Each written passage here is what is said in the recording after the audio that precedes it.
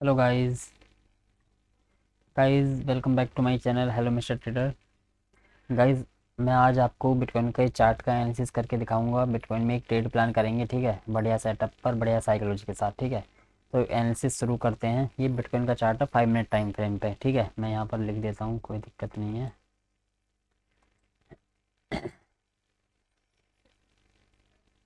BITCOIN bitcoin, ठीक है। ये बिटकॉइन का चार्ट है, ठीक है। मैं आपको इसकी साइकोलॉजी बताता हूँ। मैंने यहाँ पर ट्रेड प्लान कर चुका हूँ पहले से ही। मैं कहाँ अप साइड में यहाँ पे मेरी एक ट्रेड प्लान होगी और डाउन साइड में यहाँ पर। मैं आपको साइकोलॉजी समझाता हूँ, ठीक है। मैं कुछ बताता हूँ आपको मैंने किस साइकोलॉजी पे ट्रेड प्लान कर रखी है, ठीक है, पहले से ही। चलो मैं आपको 1 डे टाइम फ्रेम से एक साइकोलॉजी बता रहा हूँ, ठीक है। तो ये 1 डे का टाइम फ्रेम पे मैंने चार्ट को शिफ्ट कर दिया है। अब देखिए आप, अब यहाँ पर समझना अच्छे से एक साइकोलॉजी, ठीक है। तो इधर करो। देखिए गाइस,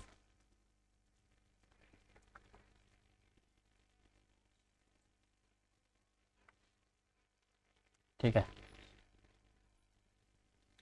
ये 1 डे टाइम फ्रेम पर चार्ट है।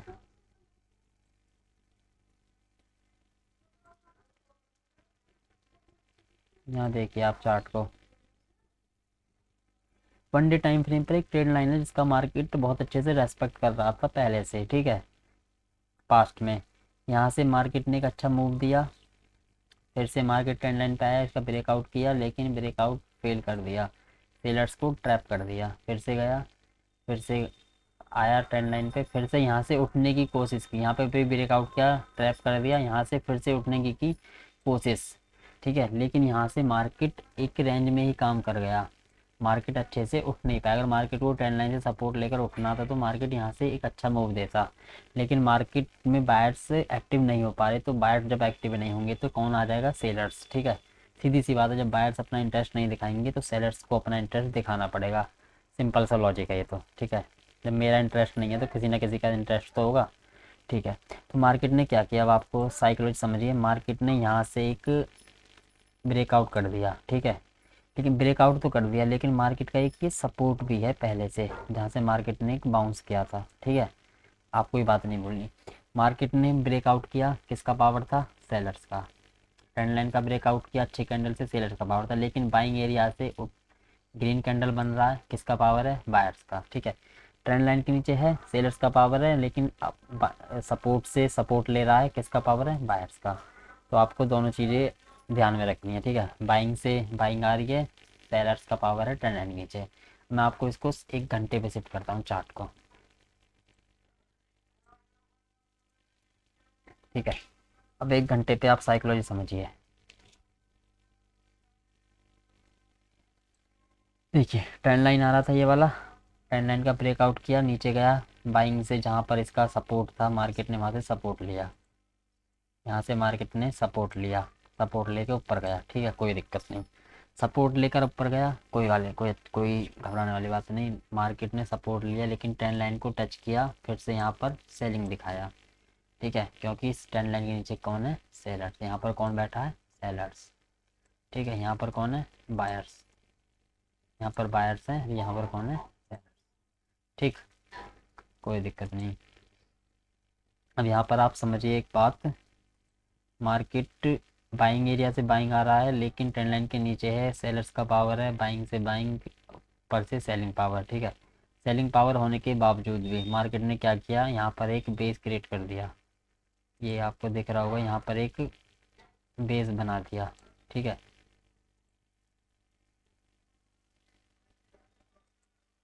यहाँ पर क्या बना दिया? बेस, ठीक है। अब समझने वाली बात ये है, बाइंग एरिया से बाइंग आ रहा है, ट्रेंड लाइन के नीचे सेलर्स का पावर है, लेकिन यहाँ पर एक बेस है। अगर मार्केट को ऊपर जाना है तो मार्केट यहाँ से एक अप साइड में चला जाएगा इन सेलर्स को ट्रैप करते हुए, जो यहाँ पर सेलिंग करके गए होंगे। जब इतने बड़ी सेलिंग हुई है यहाँ से ट्रेंड लाइन के नीचे से, जब यहाँ से पुल बैक लिया, यहाँ पर प्रॉफिट बुकिंग हुई होगी, पता यहाँ पर सपोर्ट है, मार्केट यहाँ से बाउंस बैक किया है, ठीक है, ठीक है। तो यहाँ पर प्रॉफिट बुकिंग किया, जो प्रॉफिट बुक नहीं कर पाया, जो सेलर्स यहाँ पर बैठा, वो अब भी सेलिंग साइड में नीचे रख पा रहा मार्केट को, तो अपना पैसा फिर से लगाएगा अगर मार्केट को नीचे रखना है इस एरिया से, ठीक है। लेकिन मार्केट यहाँ से एक बाइंग में है, यहाँ पर मार्केट का एक सपोर्ट क्रिएट हो गया है। अब सीधी सी बात यह है, 100 बात की एक बात, मार्केट को अगर नीचे जाना है, मैं आपको 15 मिनट पे दिखाता हूँ। कहाँ गया? 15 मिनट पे समझिए, मार्केट ने क्या बना दिया, एक बेस क्रिएट कर दिया, एक यहाँ से बाइंग आ रही है बार बार, ठीक है। देखिए आप, बाइंग आई, फिर से आई, फिर से इस एरिया से बाइंग आई। लेकिन देखो, जब बाइंग आई थी तो बाइंग कहाँ तक आई थी, सेलिंग एरिया तक, ट्रेंड लाइन तक, जहाँ से ये ट्रेंड लाइन थी। लेकिन अब की बार जो बाइंग आई है, बाइंग आई तो है लेकिन यहीं तक ही आई है, यहाँ से मार्केट ने एक सेलिंग क्रिएट कर दी। जो सेलर्स यहाँ पर थे उन्होंने अपनी सेलिंग पावर को यहाँ पर एडजस्ट कर दिया। यहाँ पर जो सेलर्स था उसने अपनी सेलिंग पावर यहाँ लगा दी, मतलब यहाँ ट्रेंड लाइन के नीचे सेलर्स है। जब मार्केट यहाँ से बाइंग आना आता था, अगर मार्केट दोबारा में उठना चाह रहा है तो फिर से दोबारा इस एरिया को टच करता करता सीधी सी बात है। जब यहाँ बायर्स हैं, बायर्स अगर अच्छी पावर में है तो बाइंग आई है, मैं मानता हूँ आई है, लेकिन अगर अच्छी आनी थी तो बायर्स यहाँ तक लेके जाते हैं मार्केट को। लेकिन यहाँ के जो सेलर्स हैं उन्होंने अपनी पावर को यहाँ पर शिफ्ट कर दिया, यहाँ पर आ गए सेलर्स, ठीक है। मतलब सेलिंग पावर ज़्यादा है इस टाइम। अगर सीधी सी अब बात आप समझिए, अगर मार्केट को डाउन साइड में जाना है, अब मैं आपको 5 मिनट पे दिखाता हूँ, कहाँ है 5 मिनट पे, आप देख समझिए। अगर मार्केट को सेलिंग साइड में जाना है तो मार्केट क्या करेगा, इसको बंद कीजिए। मार्केट क्या करेगा, मार्केट का जो ये बाइंग एरिया है, जो मार्केट ने एक सपोर्ट क्रिएट किया है, मार्केट उसको ब्रेक करके सेलिंग में चला जाएगा। जो यहाँ पर बाइंग करके जा रहे हैं बार बार बायर, तो सेलिंग में जो सेलर्स यहाँ पर बैठा था ना, यहाँ पर उसने अपनी सेलिंग पावर यहाँ पर लगा दिया। अब मार्केट को अगर नीचे ले जाना है तो इससे नीचे ले जाएगा। देखो अब सी आप समझिए, अगर मार्केट 15 मिनट पे देखिए, यहाँ पर मेरे ईएमए भी है, ठीक है। जो मेरा ईएमए अच्छा काम करता है, मुझे पता है मेरी ईएमए की ताकत क्या है, ठीक है, मेरी ईएमए में पावर क्या है। मार्केट को अगर ऊपर रहना है तो मार्केट इससे ऊपर ही रहेगा, ठीक है। अगर मार्केट इस एरिया को निकलता है, अपने बाइंग एरिया को, जो ये बेस बना रखा है, इसको निकालता है, तो मार्केट में मेरा साथ के इस एरिया को निकालने के साथ साथ मेरा ईएमए भी निकलेगा। जब मेरा ईएमए भी डाउन साइड में ब्रेक होगा तो मुझे एक अच्छा मूव मिलेगा देखने में, ठीक है। तो मैं यहाँ पर इस बेस पर एक सेलिंग साइड में एक ट्रेड प्लान करूँगा, यहाँ से यहाँ तक के टारगेट के लिए। मेरा टारगेट यहाँ तक का रहेगा, फर्स्ट टारगेट मैं यहाँ तक का रखूँगा, इस वाले एरिया तक का, ठीक है। फर्स्ट टारगेट रखूँगा मैं इस वाले एरिया तक का। मार्केट अगर अच्छा मूव अच्छा गिरता है तो मैं अपना स्टॉप लॉस ट्रेल करके अच्छा टारगेट लेने की कोशिश करूँगा, ठीक है। अब मेरा स्टॉप लॉस रहेगा 190 पॉइंट का, इसके नीचे में, और स्टॉप लॉस मेरा छोटा ही रहेगा, और 150 पॉइंट के समथिंग करेगा भाई।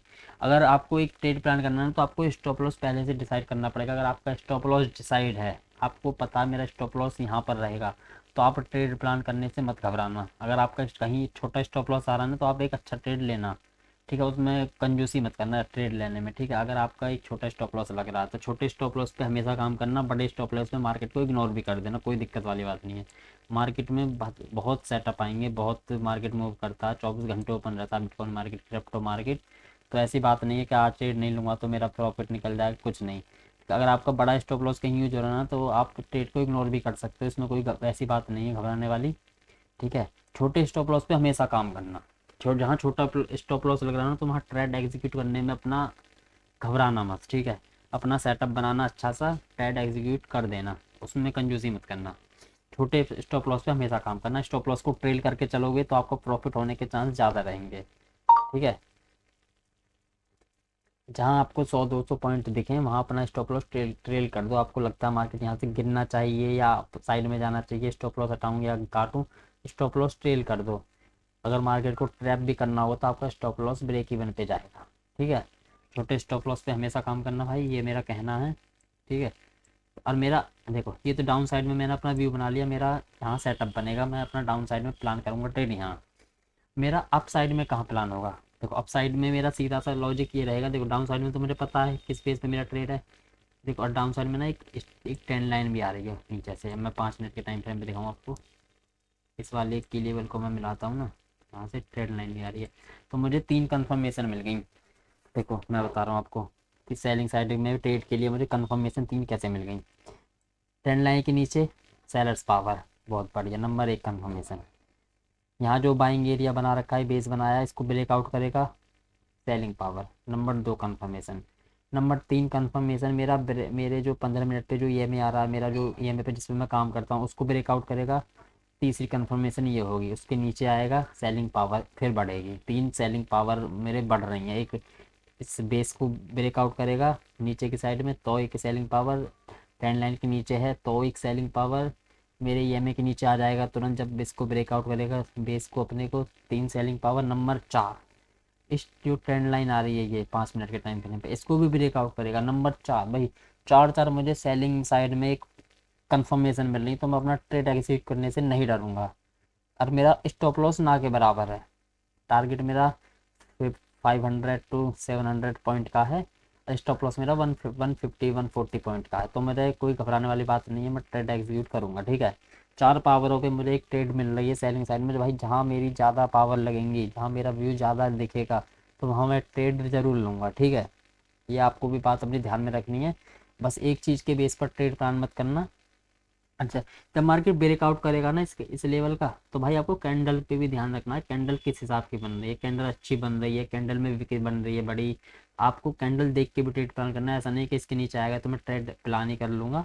कैंडल का भी आपको हमेशा ध्यान रखना है। कैंडल भी बोलती है भाई, अब जब आप ट्रेड प्लान करोगे ना तो कैंडल भी आपको समझ में आएगी कैंडल किस हिसाब की बन रही है। कैंडल का सबसे महत्वपूर्ण मतलब इम्पोर्टेंस रहता है कैंडल का चार्ट पर, प्राइस एक्शन बेस पर। ठीक है, तो 4 पावर मुझे मिल गई सेलिंग साइड में। देखो अब अप साइड में मैंने ये ट्रेड प्लान करने के लिए यहाँ पर अपना वी क्यों बनाया यहाँ पर, क्योंकि मैं बता रहा हूँ अप साइड में मुझे 2 पावर मिले। अप साइड में मेरी एक सेटअप है, ये वो है ट्रैप सेटअप। सेलिंग साइड में जो ट्रेंड लाइन पर जो सेल करके बैठा होगा वो ट्रैप कब होगा, जब मार्केट इस ट्रेंड लाइन से, ये वाली जो ट्रेंड लाइन है ये वाली दिख रही है आपको, इस ट्रेंड लाइन से ऊपर निकलेगा, इस वाली ट्रेंड लाइन से ऊपर निकलेगा तो सेलर्स अपना स्टॉप लॉस काटेंगे। यहाँ पर मुझे 300-400 पॉइंट मिल जाएंगे इजीली। ठीक है, नंबर 2 यहाँ पर जो एक बेस है ये वाला, जो जब मार्केट का सपोर्ट ब्रेक होता है, जब मार्केट का कोई सपोर्ट ब्रेक होता है ना तो वो उस कैंडल के लिए, उस मार्केट के लिए वो सपोर्ट रेसिस्टेंस बन जाता है। जब मार्केट का रेसिस्टेंस का ब्रेकआउट होता है तो वो, जब मार्केट उस एरिया पे आती है तो वो उसके लिए सपोर्ट का काम करता है। जब सपोर्ट ब्रेकआउट होगा तो वो रेसिस्टेंस का काम करेगा, जब रेसिस्टेंस ब्रेकआउट होगा तो वो सपोर्ट का काम करेगा। सीधा सा सिंपल ये है। ये मार्केट का एक सपोर्ट था, मार्केट ने ब्रेकआउट किया तो मार्केट का रेसिस्टेंस पे काम करेगा। रेसिस्टेंस के लिए अगर मार्केट यहाँ से भी गिरता है ना, यहाँ से भी थोड़ा बहुत मूव देता है सेल साइड में, तो मैं यहाँ से भी एक ट्रेड प्लान करने में कोई दिक्कत नहीं है, यहाँ से भी ट्रेड प्लान कर सकते हैं हम। ठीक है, लेकिन मेरा अच्छा व्यू मेरा यहीं पर है अपने ट्रेड प्लान करने के लिए। ठीक है, अगर मार्केट इससे ऊपर निकलेगा यहाँ पर कटेंगे सेलर्स के स्टॉप लॉस। जब मार्केट में सेलर्स के स्टॉप लॉस कटेंगे ना तो एक मार्केट जो है ना यहाँ एक अच्छा मूव दे देगा इजीली। जब मार्केट यहाँ से आएगा, आया यहाँ ब्रेकआउट किया, पुल बैक लिया, यहाँ पर मैं ट्रेड प्लान कर लूँगा। ठीक है, तो यहाँ पर भी मुझे एक बाई साइड में मूव मिल जाएगा।